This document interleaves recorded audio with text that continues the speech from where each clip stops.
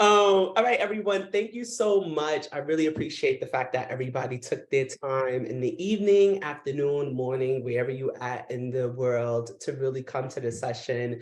My name is Femi, so I am excited to be presenting on the intersections of intercultural learning and human rights, which I think is an important need in the field. And so before I even jump into that, I want to really just give you a background of just who I am and where I'm coming from. So of course, you know, regionally, I'm from New York City, but I'm based in the West Coast. But I wear many hats. I used to be a K-12 educator. So I started my career as a frontline youth worker in Minnesota, and doing youth development work with young people in high school. And from there, I transitioned to become a teacher. So I started out as an ESL teacher, working at Wellstone High School, moving to North High School. Wellstone is an international high school specifically for refugee students, immigrant students.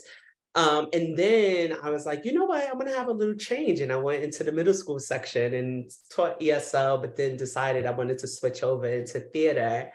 And then after that, I decided that I wanted to do a little bit of traveling. So I've lived in Latin America and around the world. And really, part of that was I was curious about the ways in which people live around the world. And I started out in undergrad when I was a communications major and studying abroad. But ultimately, that passion for global learning and interculturalism really rooted itself in my life just through the work that I was doing in the community as an organizer, as an educator, as a student.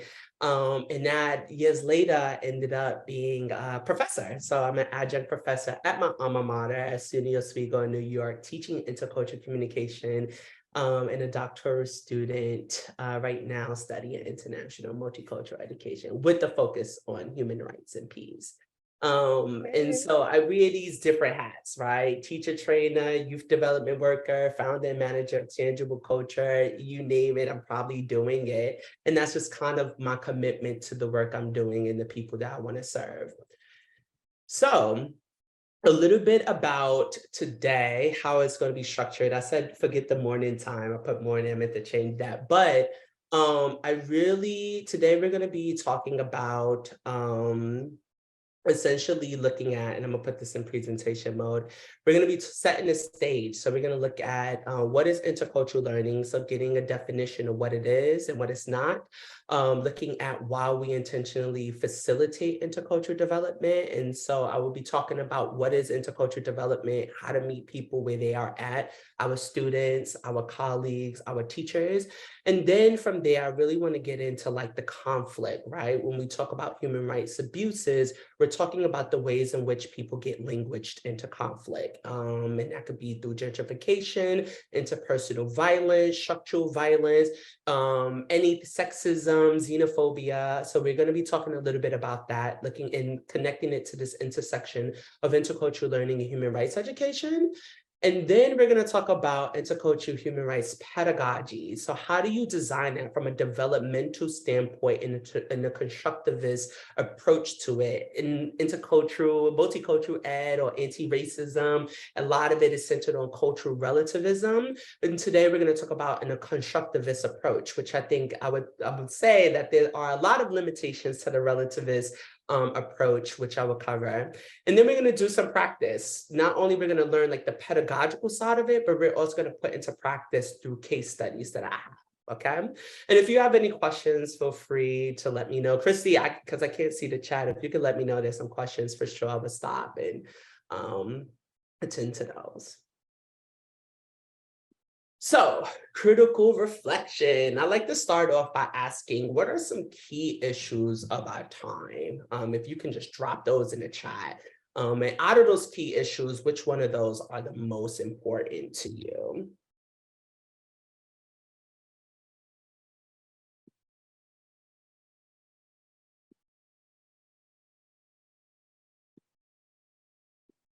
Okay, inequities in public education, climate change,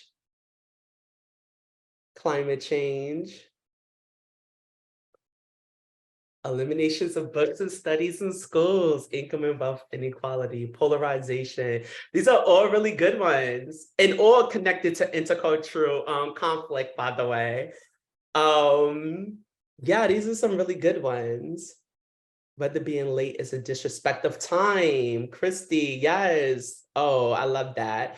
Um, Looking at time from a linear perspective, right?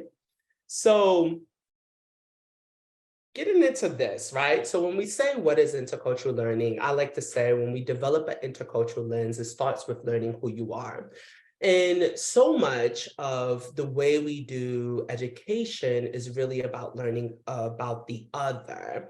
And a lot of that tends to root itself in like this more racist foundation. History of anthropology and sociology work was, I'm always going to study the other person and understand who they are and what they do, whether there's like a benefit of being that person, so, or whether it's like, you know, not a benefit of being that person, where we get into like the eugenics, right? But so much of the intercultural field is really about who you are, your identity, and how that identity informs your world's view.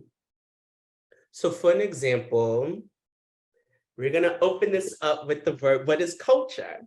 So I like to say culture is the most misunderstood concept in the human vocabulary. And what I mean by that is oftentimes in our professional workspaces and education, anywhere around the world, when you ask people what is culture, you're going to get over 100 different responses. And specifically in the United States, when we ask people what is culture, oftentimes we have people responding with the things that we can see, right? So I think the one thing I like to show is the cultural metaphor of the iceberg. What we don't see 90% of time are the things that's also cultural, but the things that we tend to describe, the most tangible parts of culture, are the 10%, what's above the water, right? That's the hairstyle, that is the music, that is how you dress.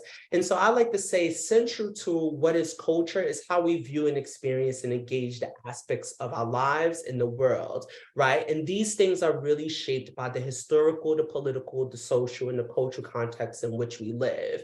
And a lot of times people is like, well, the political might not be culture, or economic, that might not be culture, but they are, right? Especially when we think about, for an example, individualism, going back to like self-determination in the 13 colonies, right? These aspects is what inform our society today, and while we pride ourselves on being more individualistic rather than collectivistic, but we don't necessarily understand that historical component of it. And that's because how we've been taught to view culture and how we talk about it in our education system.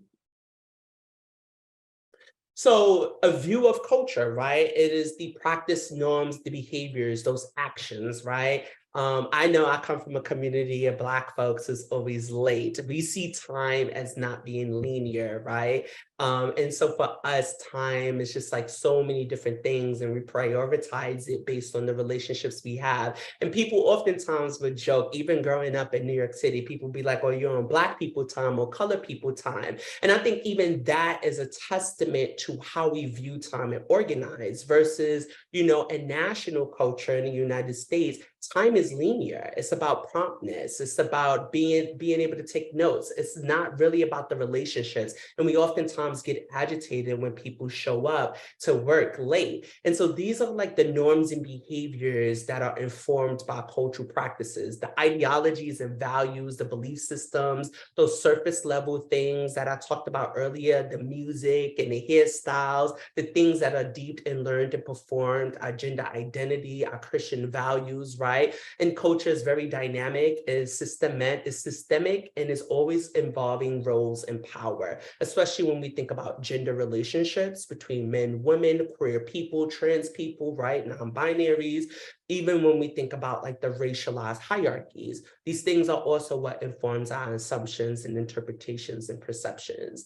And so these are just like quite a couple of examples of it, the language. And when I say language, I'm not only speaking about the like speaking different types of languages like French and Spanish and Arabic, but I'm also talking about the nonverbals, right? How we stand, how we slouch our body, what if we're looking at you directly in the eye. These things are something that we need to be able to make meaning out of. And when we're encountering people from different cultures. And when I say different cultures, I'm not necessarily only referring to people who are coming from a different part of the world. That also means people in the South have a different way of engaging the world. People from the Appalachia, right? People from who's coming from the New England area, the Midwest, where I lived in Minnesota, they didn't like conflict. And I come from New York City, where I'm more conflict engaged, where in Minnesota, they conflict averse. And so my direct communication style, which would be a low context culture, would oftentimes offend a community that is more high context, where it's relied on nonverbals and what you're not saying. And so these things can come up in conflict a lot of times and create so much confusion and frustration about people who are not necessarily performing in a way that is comfortable for us. Oops, we went back. So, intercultural learning is the process of developing one intercultural competence, which involves increasing the complexity in which one experiences cultural differences. So what that means is that I want you to think of, and there's one metaphor about, say, if you had a cauldron of hot water, right? And for those who may have tried different foods, like cooking frogs or cooking anything, if you were to put something in hot water, right, that was alive, the first thing it would do would jump out of it, right? And so the idea is that when you're engaging with difference of cultures, you want to gradually increase the complexity in which they engage it. Throwing somebody right into like an unfamiliar space, like when there's a different language other than the language they are speaking, or when they're studying abroad, but they never had any type of cultural experiences. These things can lead to cultural miscommunication. It can lead to intercultural conflict. And so it's really important for us to gradually facilitate intercultural learning in a way that responds to where people are at in their journey. And so when I say intercultural competence, it's really about communicating and acting appropriately and effectively across those cultural differences. And so appropriately meaning that doing it in a way where people feel respected, they feel you're creating a dignified space for them, where you can negotiate meaning. And construct new ways of being and new ways of engaging. Intercultural learning is a mindset and not a skill set. And so what I mean by that is so much is focused on developing the skills of people, but if you don't necessarily have the mindset of being in a space where there are different types of cultures, right? Different type of identities, it's going to be hard for you to employ those skills to engage in difference. And so I love to say that we need to focus on developing creating a tolerance and an understanding of and respect and appreciation of someone who's different, who express their identities differently, and asking more critically engaged questions about it. So when we're learning across culture, really what is helping us is to reduce those ethnocentric perspectives. And oftentimes we can have those, especially in the US, when we hear people talk about singing the Star Spangled Banner and they say, sing it in English. Right? That's an ethnocentric perspective that only my national anthem can be sung in English. It can't be sung in any type of language because that is not patriotic, right? That is not rooted in nationalism. It also fights against the prejudices that we hold about different cultural groups, and it promotes solidarity and action that supports the equality and human dignity and respect for plurality of cultural identities. And so what that gets into is this concept, again, the less visible parts of the culture, those deep-seated values, behaviors, those norms, the things that we don't think about consciously are the ones that oftentimes creates the conflicts between people. And it's the one that impacts our behavior, whether we know it or not. And when you ask someone about culture, it goes back to what I said earlier, they can always name the things that we see, the music, but they couldn't tell you, well, why is it that I don't like conflict? And where does that come from? Who culture informed that? And so as an educational approach, it aims to develop an individual's willingness and ability to live together in diverse societies, which I will get into a little bit later what those educational approaches are. So why intentionally facilitate intercultural development? Well, we use this term VUCA, volatile, uncertain, complex, and ambiguous world. Essentially, we live in a very ever-increasing world where you have the mobility of people. Education is informed by different education systems around the world that complicates the way we school, different languages, different religions, right? For so many reasons. It can be because of the climate crisis, right? That can impact the community of people. It can be economic reasons that displace, it can be policy, structural things. And because of these things, it's really important to understand the differences between oneself and the others, right? And helping students be able to recognize those things that will enable them to be leaders in the community and bring people together. The other thing too about intentionally facilitating intercultural learning and development is because passive coexistence doesn't lead to intercultural development. I think for me, the critique that I have about multicultural education is that oftentimes it's around seeing the difference, counting the difference in the room, right? And because you can see the difference and you share the same space with them, it will automatically lead to tolerance. And that is a myth, right? And research shows that actually that doesn't lead into developing intercultural competence or tolerance. You have to actually actively engage, challenge your own notions of self, the ideas that you have, the behaviors that you've been socialized or adopted, right? And be able to learn that through in community with people who are different from you. So that leads to that last point, that facilitating intercultural development of students and educators has proven more effective than experience alone. Moving beyond the multiculturalism and into the space of where we are engaging and constructing meaning out of the different types of communities and people that we are encountering. So we are going to start with your learning experience with intercultural communication, or intercultural learning, I should say. So I'm going to stop screen share right here. And before I do that, let me show you the activity here. So we're going to play a little game. And just to demonstrate the complexity of intercultural learning. So the name of this game is called Communicating in Multicultural, Multilingual Environments, or you could say no spoken English, no written English, or just no English, please. So I am going to put you all into groups. And you cannot use English. You can't speak it, you can't write it. You can use anything else other than English. And I want you in groups to figure out the order of your birthdays in year. So whoever is starting from January 1st to December 31st. The second question is, besides the United States, which country has had the most people in your group visit it? And what does your group think are the 3 most significant challenges to creating human rights curriculum? So you can use anything else at your disposal, except for English, both spoken and written. So I want you to try your best to communicate in difference. And I want you to pay attention to how you get this done, okay? Are there any questions that you might have for me before I put you into groups? So you can use another language?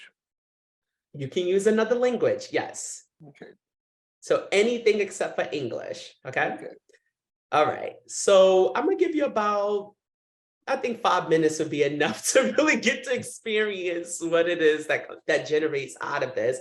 So we have 11 people, minus myself and Christy, or Christy, you could join as well. So we're gonna put you into different groups. Christy, did you get the groups organized or?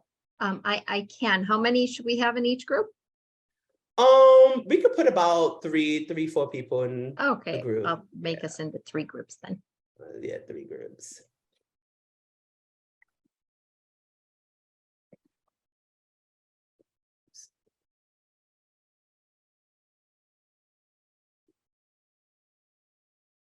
Okay.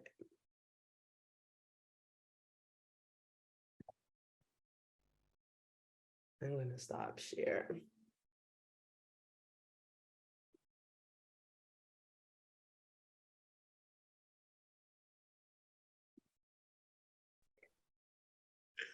Okay. Okay, everyone. So what did you do to make this work? We had you try communicating without using English. So what was some things that came up for you? Well, we chose to speak in French, but my French is terrible. So Okay. we didn't get very far in that. Although I think we got the birthdays and we got countries visited, and we didn't get to the last question, which would take more French. So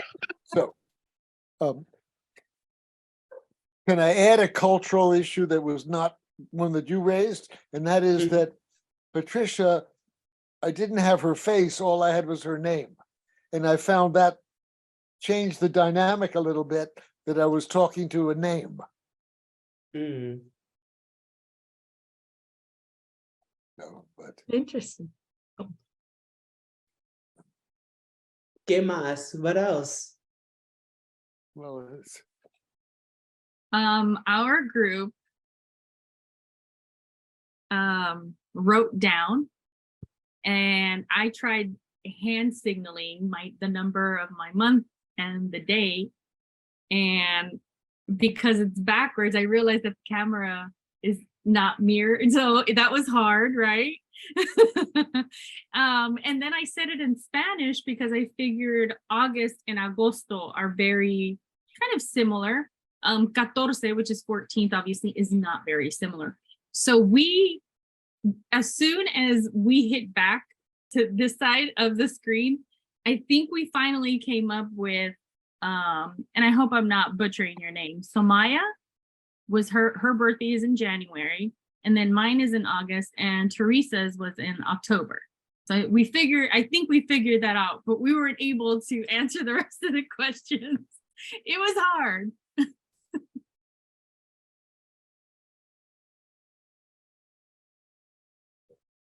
Yeah, we did. Okay. Oh. Go ahead. No, Oh. go ahead. I was gonna invite more people. Oh, perfect. Yeah, the first thing was Christy asked me in French, like, do you speak French? And then I responded in Spanish with, do you speak Spanish? And so we kind of just conversed each, like, she was speaking French and I was speaking like my very elementary Spanish, but I took a year of French, so I could understand like some of her words. And Christy, I don't know about you if you knew conversational Spanish, but I think we did pretty well. We got through all the questions with brief answers. Yes, I understood your Spanish, but all of a sudden I could do a few sentences in Spanish, but then I would relapse into French. And what in terms of the difficulty question, I think we landed on communication as the most challenging, because I knew that the TIONs in both French and Spanish worked the same pretty much. Out of curiosity, did you pay attention to the power dynamics within the group? The different groups? So who was speaking? Because I'm hearing that there's different variations of levels of French and Spanish, right? Some is elementary, others are more advanced in French, Spanish, Arabic. Some have no background in it, so they couldn't communicate. And so what was the power dynamic in answering the questions? Who was taking the charge? Who was left out? Well, we should let others speak, because Ariel and I had it a little easier because we only had 2 people in our group. I would just say that I can only speak for myself, but I felt inadequate right away because I don't speak any language other than English well enough to get by. And it felt really dumb to immediately resort to writing and holding up a sign and using my hands. When other people in the group were multilingual, it seemed to me, so that was uncomfortable. You know, and that's funny you say that, Teresa, but you took the initiative. So to me, you had that was for me powerful in the sense that you took initiative and you started with numbers. And if you think about it, numbers are universal. and they're the same in all languages. So for me, it was Teresa, and then myself, I tried to go in there and speak Spanish and signal with my hands.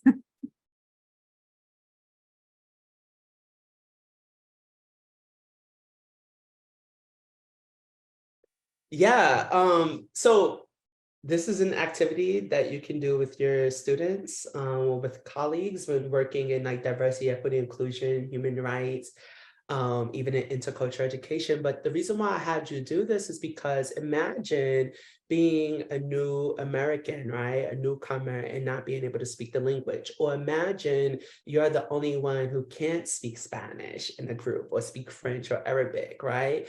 And so how these feelings of uncertainty, this feeling of powerlessness, right, can oftentimes lead into like acts of aggression. It can lead into distrust. It can lead into negative emotions towards other people because you're not empowered. And so I wanted to really give you the experience of, you know, being able to exercise the different identities that you have, right? The different languages skills that you have to be able to work in community with people to answer simple tasks or simple questions, but to also pay attention to like the power dynamics that arose from that.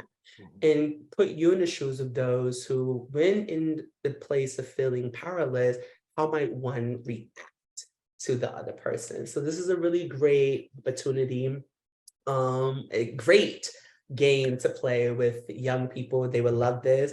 But facilitating, having a debrief is so important when you're facilitating these discussions with young people and other adults as well, right? To get them thinking about the ways in which we engage multilingual communities.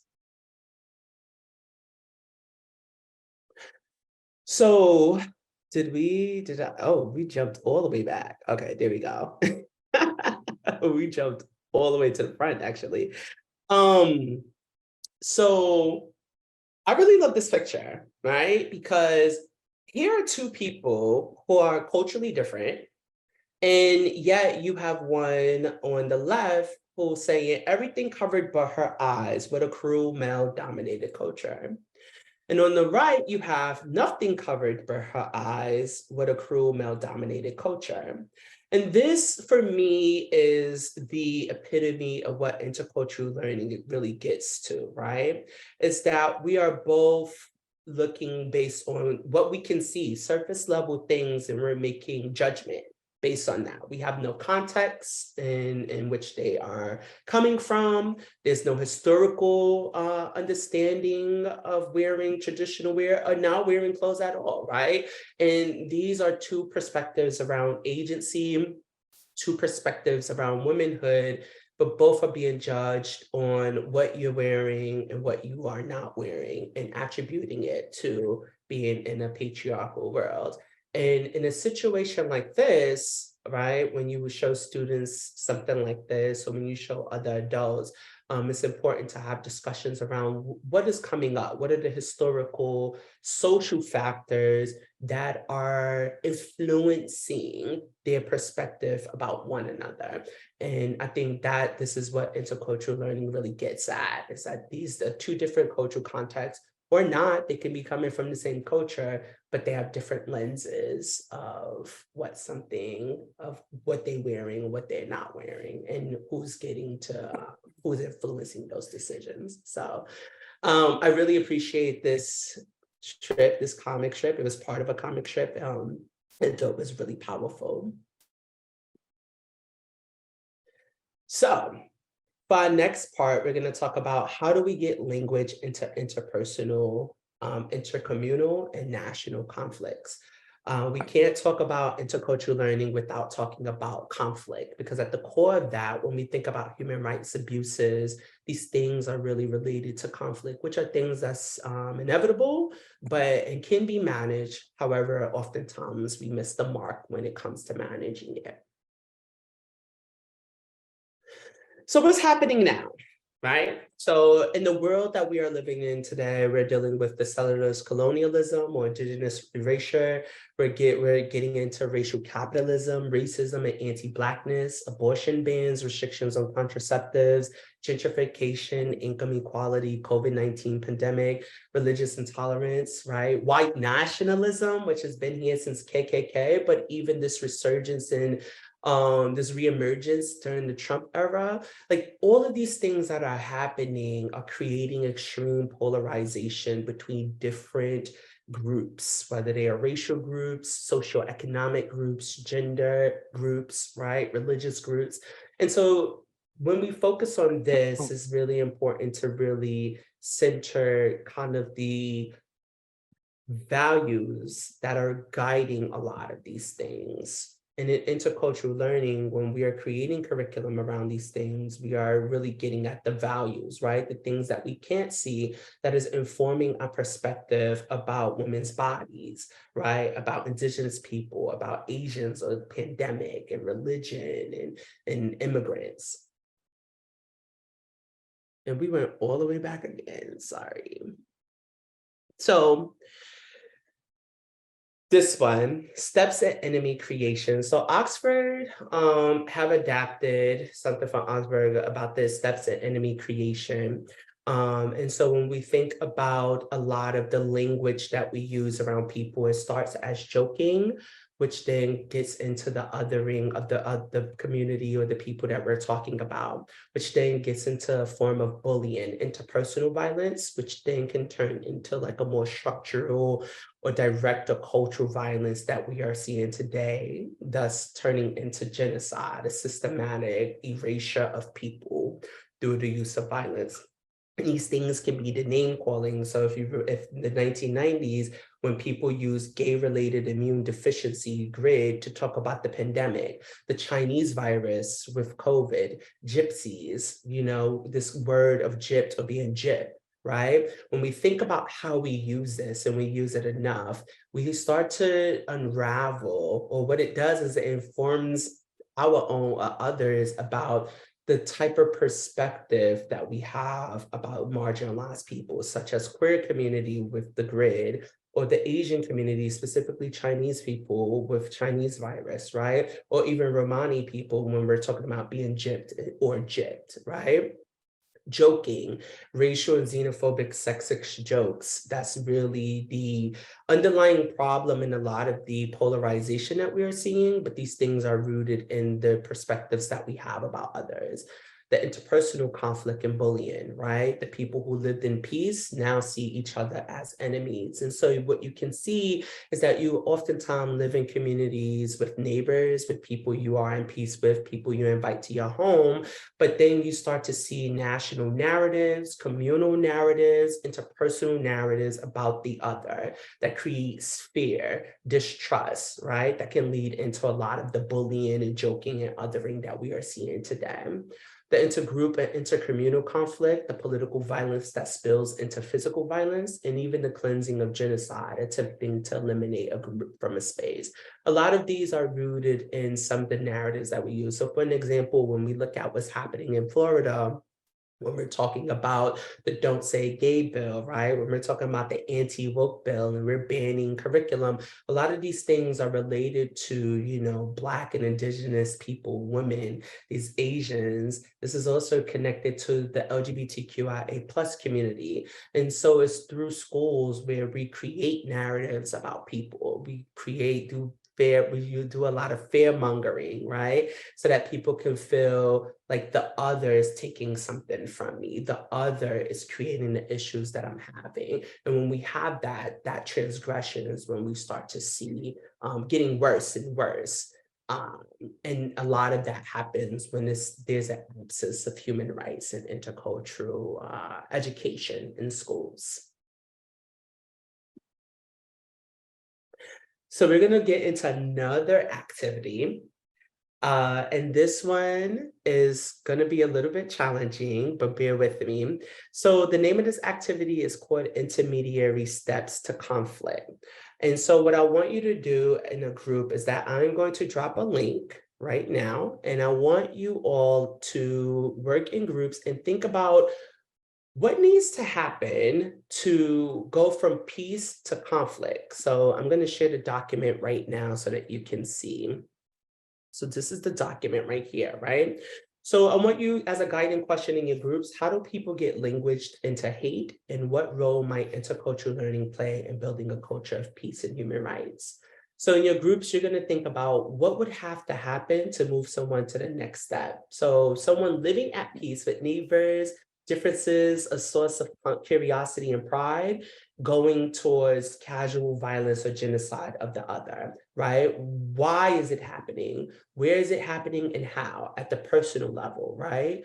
Same thing for the communal level. What needs to happen in this area for someone to go from peace to conflict? And the national, what needs to happen at the national level from someone to go from peace to conflict? So I am going to share the link to everyone. And I'm going to drop the link in the chat. And what I am asking you all to do is to, in groups, you can make a copy of the reflection. Only complete part 1 of it. Part 2, we're going to get into a little bit later in the same document. But I want you to start thinking about the different types of ways that we get into conflict, moving people from peace to genocide. So we are going to. And should we be in, have, 2 groups of 5, or what would you, oh, Yeah, we can have 2 Perfect. groups of 5. That would be perfect. 2 groups of 5. okay, I'll recreate. And then Thanks. I'm going to stop sharing.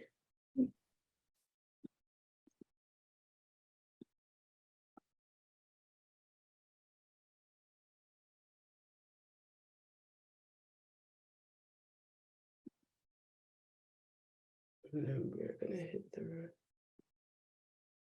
So I was going to say, I would love to do a debrief, but it is 5:17 or 5:18. So I want to be respectful of people's time. What I will go over, though, is the part 2 of the intercultural human rights sequencing grid. I think this is really important for when you are designing an intercultural human rights curriculum or program, or something that's part of a program. So the way this works, and you can copy this and create it for your own, but this is for you, and I'm gonna share the folder. So you have a learning activity, an amount of time you want to do, learning objectives or primary intercultural competencies addressed. So looking at, that was going back to the slide of social emotional learning, whether it was emotional awareness or self-awareness or interpersonal skills or cultural bridging. And then you want to do learning style. So learning style is going back to David Kolb's concrete experience, reflective observation, abstract conceptualization, active experimentation. You can put that here, right? And then you want to think about the risk level. When you're creating this, if you are dealing with, like in one case study, we were talking about rural community, so there may not be as much diversity within that community. I mean, the physical diversity, right, of different people, different nationalities, different languages. It would be very hard for them to do something that is like high end, like a mini ethnographic project, right? Because they are not there in terms of the continuum. They in this denial phase of, they misses the difference. Difference doesn't exist because the world that they grew up in was very homogenous for them, right? And so maybe something that's low stake is a describe, interpret, evaluate activity, where you take like a case study that we just had, describe what is happening, interpret, right? What's going on, like when you saw like this conflict exists with this community, what is happening, what are the internal and external forces at play, right? And evaluate. And so that right there can be a really great low stake activity for learners that is connected to reflective observation and abstract conceptualization. So you can do something around that. It could be denial, polarization, minimization, which are all the monocultural mindsets. You can do a mini ethnographic project or like an oral history projects. These things are mini ethnographic project is something I've done in my intercultural communication class, where I had students select a person who was culturally different from them, and they had to work together, visit each other's houses, learn about each other throughout the semester, and they had to write about that experience. That's a really interactive, high level, right, concrete observation, active participation that they would need to do. That's really rooted in self-awareness, awareness of others, and cultural bridging. And that would be good at the minimization phase, people who miss difference, right? Like, we're all human. You really want them to really be able to recognize what makes them different, but also what makes them similar, because so much of interculturality or intercultural learning is about focusing on the similarities as well as the differences. Whereas when we're in extreme polarization, we have a hyper focus on the differences. And then the oral history project is about more of a storytelling, self-awareness, awareness of others. So I just wanted to give you this tool right here, sequencing grid, that would be really useful in designing these type of activities for them, making it active or interactive, and thinking about where people are on the continuum. I could go more into the continuum, but I think that continuum is for another time, because it takes a lot longer to really explain and to go over. Other than that, that's all I have for you. Do you have any questions for me? And I'm gonna stop sharing. And also feel free to leave. I'm gonna stick around to hang out and chat with folks if there's some questions.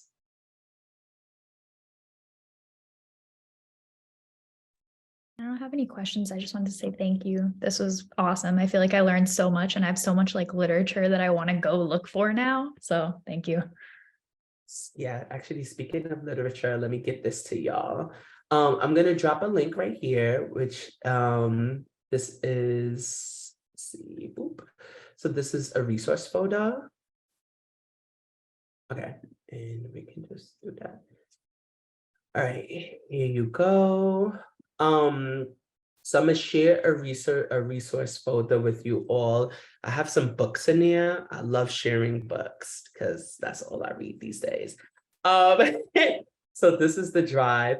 There's a book component, so there's some books. I put a couple of books that I think will be extremely helpful in terms of intercultural learning, talking about diversity and storytelling. And then you have the case studies that's there. Feel free to repurpose those case studies and use them for facilitating human rights intercultural discussions. You also have the sequencing grid, and then you have some additional resources with hyperlinks to programs like study abroad programs for young people, language learning programs, which are free, programs that's free and for educators, as well as like some global competencies and all of that other stuff. So anyway, that's all.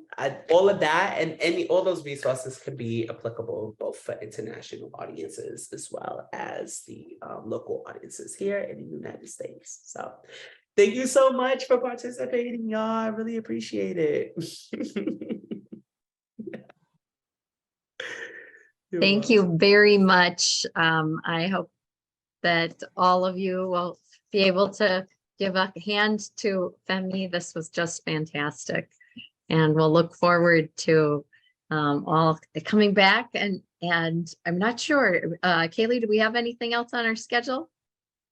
All right, I think we've got the break for the summer, but we'll probably have some more things going on. And so thank you. If you haven't jumped onto the Human Rights Educators USA newsletter yet, we have the free newsletter, so we keep everyone updated on new trainings coming up, and we'll have our fall 2023 training as action series next fall. So we hope that you'll all be able to continue on this journey with us. And thank you, Femi. This was just fantastic. And it was a beautiful example of a ripple effect of coming into a training and being able to have you teach all of us. So thank you.